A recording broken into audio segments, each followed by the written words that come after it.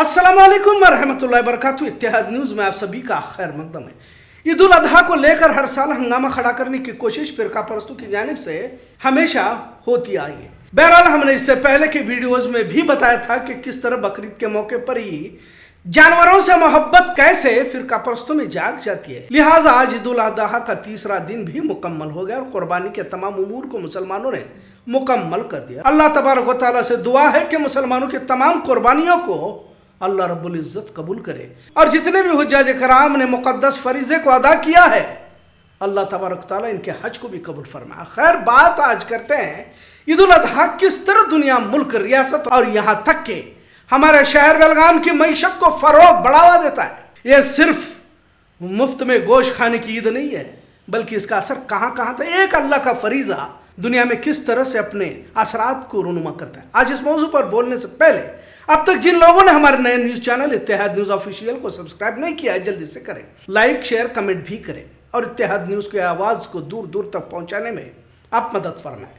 खैर, ईद उल अजहा कैसे एक तरह से मईशत को ताकत पहुंचाने वाली ईद, यानी कि सिर्फ मुल्क की नहीं है, दुनिया भर के तमाम इंसानियत को किस तरह अपना फायदा पहुंचाती है, इस पर आज बात करते हैं, इसे समझने की कोशिश करते हैं। एक रिपोर्ट के मुताबिक दुनिया भर में ईद उल अजहा पर 4 खरब रुपए की मवेशियों की खरीदो फरोख्त होती है। 23 अरब रुपए कसाई बतौर मजदूरी कमा लेते हैं। 3 अरब रुपए चारा बेचने वाले कमा लेते हैं। दुनिया का सबसे बड़ा कारोबार होता है तो ईद उल अजहा पे होता है। आपने बेलगाम शहर में भी देखा होगा कि कचेरी गली के यहाँ किस कदर चारे का कारोबार ईद के मौके पर होता है। 10 दिन पहले से ही चारा खरीदने वाले दिखाई देते रहते। कुछ तो किसान चारे का ट्रैक्टर लेकर मुस्लिम इलाकों में घूमते रहते और इन्हें मुंह मांगी कीमत अदा भी की जाती है। भले भारत में इस ईद को मजहबी नजरिए के साथ माहौल को तनाव में बदलने की कोशिश के तौर पर भी किया जाता है, पर हर गरीब इस ईद के मौके पर भरपूर रुपया कमा लेता है। कुछ तो आने वाले साल भर की कमाई महज ईद उल अजहा के मौके पर हासिल कर लेते हैं। पूरा साल मवेशियों की कीमत कम दाम पर मांगे जाते हैं, पर ईद के मौके पर इनकी कीमत 10,000 से सीधा 40,000 पे जाती है। कुछ तो 1 लाख तक भी बेचे गए, आपने भी देखा होगा। मतलब किसानों को मवेशियों की अच्छी खासी कीमत हासिल होती है। जानवरों को एक जगह से दूसरी जगह पर ले जाने वाले ट्रांसपोर्टेशन का भी बड़ा फायदा इसी दरमियान हो जाता है। एक और रिपोर्ट के मुताबिक भारत में लाखों रुपए ट्रांसपोर्टेशन से कमाए जाते हैं। ईद की बरकत देखिए कि लाखों गरीबों को गोश्त मुफ्त में मिल जाता है। जानवरों की खाले कई 100 करोड़ रुपए में बेची जाती है। चमड़े की फैक्ट्रियों में काम करने वाले मजदूरों को मजदूरी मिल जाती है। अल्लाह की शान देखिए, ईद उल अजहा के मौके पर सिर्फ गरीबों को गोश्त नहीं मिलता, बल्कि आइंदा आने वाले साल तक का मुकम्मल बंदोबस्त ईद के जरिए किया जाता है। कहा जाता है कि अगर कोई भी अमीर मुल्क अमीरों से टैक्स वसूल कर गरीबों में तकसीम करे या गरीबों में बांट भी दे, उसके बावजूद जितना ईद उल अजहा पर गरीबों का फायदा होता है उतना नहीं हो सकता। अगर इकोनॉमिक्स की जुबान में कहा जाए तो एक ऐसा चक्कर है, इसका हिसाब लगाते लगाते आपकी अकल दंग रह जाएगी। बहरहाल, बेलगाम की मईशत भी ईद उल अजहा पर किस तरह बूस्ट होती है इसे भी समझना जरूरी है।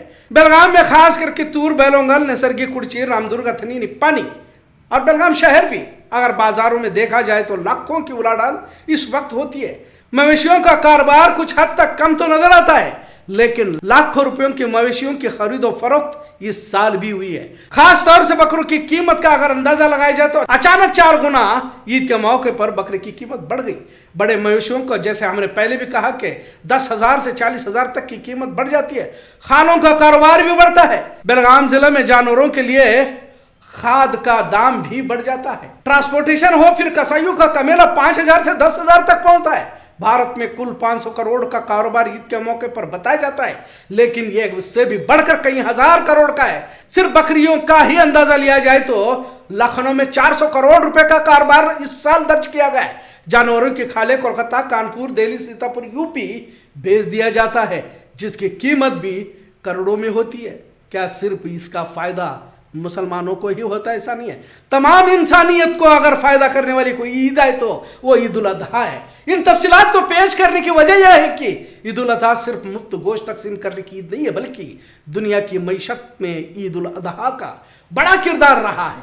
खासकर भारत की मईशत को भी बड़ी मदद ईद उल अजहा से होती है। एक मजदूर से लेकर अमीर शख्सियत तक की बड़ी बड़ी फैक्ट्रियों को फायदा कुर्बानी के जानवरों से हासिल होता है। मजदूर को अच्छी मजदूरी मिलती है तो कंपनी के मालिक को साल भर में जो हासिल नहीं होता ईद के महज 3 दिनों में हासिल होता है। खुदा का निजाम भी बड़ा अजीब है कि कुर्बानी के 3 हिस्से, एक हिस्सा गरीबों में तकसीम, एक हिस्सा रिश्तेदारों, दोस्त अहबाब, पड़ोस पड़ोस और एक खुद रख सकते हैं। कितना तवाजन, कितना बैलेंस कुर्बानी के एक ईद से किया जाता है। पर क्या कुर्बानी के जानवरों से जो दुनिया मुल्क की और खुद हमारे शहर की मईशत को तकवीत मिलने का एहसास भी किसे है? खुद मुसलमान भी इसे महज गोश्त बांटने की ही ईद समझते हैं। फिरका परस्त तंजीमें हिंदू मुस्लिम करने का मौका इस ईद पर ढूंढते रहते हैं और हुकूमत दबाव में आकर इस बाबरकत ईद को समझने से कासिर है।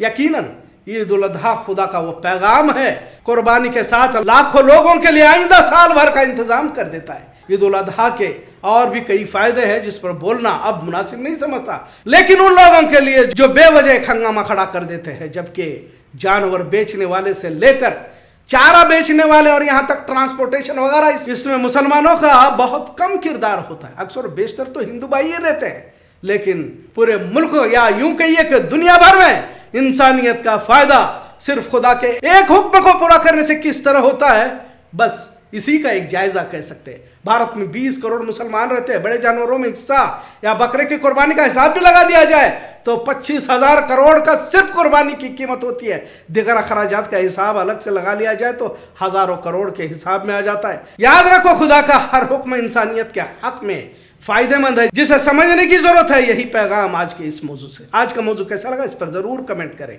इत्तेहाद न्यूज़ देखने के लिए शुक्रिया। अल्लाह हाफिज।